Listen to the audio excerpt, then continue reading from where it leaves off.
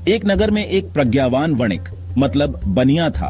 उसी नगर में सेटिक नामक दूसरा लोभी वणिक भी रहता था। दोनों वणिक गली गली घूमकर फेरी लगाकर हीरे मोतियों के हार बेचते थे। एक बार दोनों वणिक साथ साथ नदी पार करके दूसरे नगर में अपना माल बेचने गए। उस नगर में जाकर दोनों ने नगर की गलियां आपस में बांट ली। फिर दोनों अपनी अपनी गलियों में अपना माल बेचने निकल पड़े। उस नगर के एक संपन्न सेठ का परिवार अब दरिद्र हो गया था। धन नष्ट हो जाने के दुख के कारण उसका परिवार दरिद्रता को सहन नहीं कर पाया और परिवार के सभी लोग धीरे धीरे संसार से चल बसे। अब परिवार में केवल बूढ़ी दादी के साथ एक लड़की ही शेष बची थी। दोनों प्राणी दूसरे की नौकरी चाकरी करके अपना पेट पालते थे। घर का सारा कीमती सामान तो पहले ही बिक चुका था, लेकिन घर में जब पूरी तरह संपन्नता थी, किसी चीज का अभाव नहीं था, उस समय के उपयोग में आने वाले साधारण बर्तनों में फेंकी हुई एक सोने की थाली बची थी। बहुत समय से उपयोग में न आने के कारण वह मैली हो गई थी। दादी पोती इतना भी नहीं जानती थीं कि यह सोने की थाली है। लोभी वणिक उस समय उनके घर के सामने से यह आवाज लगाता घूमता हुआ जा रहा था, हीरे मोती लो, हीरे मोती के हार लो। फेरी वाले वणिक की यह आवाज सुनकर लड़की ने अपनी दादी से कहा, अम्मा मुझे एक हार ले दो। बेटी, हम दरिद्र क्या देकर लेंगे? अम्मा, हमारे पास एक थाली है, वह हमारे किसी काम की नहीं है, इसे देकर हम ले लेंगे।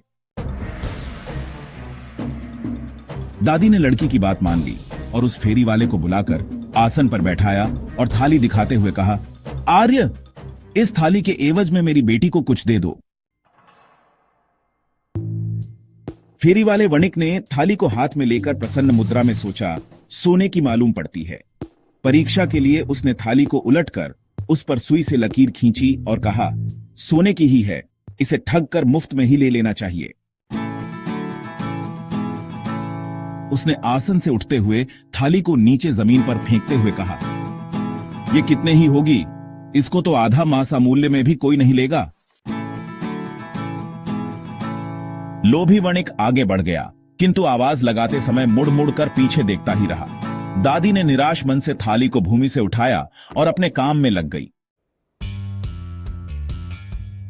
कुछ समय बाद अपनी बारी के अनुसार दूसरे वणिक ने उसी गली में आवाज लगाते हुए प्रवेश किया, हीरे मोती लो, हीरे मोती के हार लो।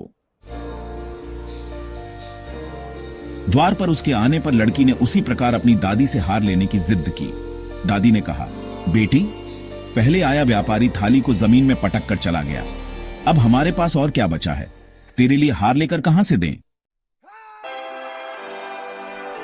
अम्मा, वह व्यापारी कठोर भाषी था, लेकिन यह तो सौम्य है, मृदु भाषी है, हो सकता है यह हमारी थाली ले ले। बेटी की जिद के सामने दादी हार मानते हुए बोली, अच्छा, तू नहीं मानती तो बुला ले। लड़की ने उसे पुकार कर बुलाया। दादी ने उसको आसन पर बिठाया और उसके सामने थाली रखते हुए कहा, क्या इसके एवज में मेरी बेटी को एक हार दे सकोगे?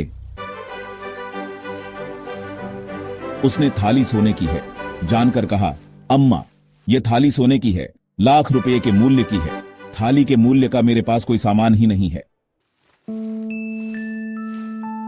आर्य, पहले फेरी वाले ने तो इसे आधे माह से मूल्य का भी नहीं बताया था, वह तो इसे जमीन पर फेंक कर चला गया। ऐसा लगता है कि वह थाली तेरे ही पुण्य के किसी प्रताप से सोने की हो गई है। हम इसे तुझे ही देते हैं, इसके बदले में हमें कैसा भी एक हार देकर ले जाओ। फेरी वाले के हाथ में इस समय 500 कारशापण यानी स्वर्ण मुद्राएं और 500 मूल्य के हीरे मोती थे। उसने सिर्फ 8 कारशापण अपने पास रखे और बाकी सभी उसे दे दिए। फिर वह जल्दी से नदी के किनारे पहुंचा और 8 कारशापण देकर नाव में चढ़ गया। लोभी वणिक लौटकर फिर उसी गली में पहुंचा और आवाज लगाकर बोला, लाओ वह थाली, मैं तुम्हें कुछ दे ही दूं। तूने हमारी लाख रुपए के मूल्य की थाली को आधे मासे के मूल्य की भी नहीं बताया, लेकिन एक दूसरा धर्मात्मा फेरी वाला व्यापारी हमें 1000 देकर उसे ले गया। यह सुनकर उसे बड़ा आघात लगा और सोचकर दुखी मन से कहने लगा, मैंने लाख के मूल्य की सोने की थाली गंवा दी। उस व्यापारी ने मेरा बड़ा नुकसान कर दिया। ऐसे बुदबुदाते हुए वह अत्यंत व्याकुल हो उठा। उसकी स्मृति ठिकाने न रही और वह पागलों जैसा हो गया। उसने अपने हाथ के कारशापण और हीरे मोती वहीं फेंक दिए और तराजू को डंडे की तरह पकड़कर उस फेरी वाले के पीछे भागा, लेकिन वह तो नाव में बैठकर जा चुका था। हे नाविक, नाव रोको, कहता हुआ वह चिल्लाया।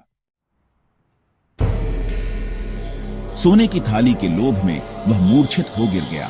उसके मुंह से खून बहने लगा और वहीं नदी के किनारे ही उसके प्राण पखेरु उड़ गए। सच ही कहा है कि सत्पुरुषों के प्रति शत्रुता का भाव मन में रखने और लोभ में डूबे हुए मनुष्यों की सेटिक नामक लोभी वणिक की तरह यही गति यानी दुर्दशा होती है।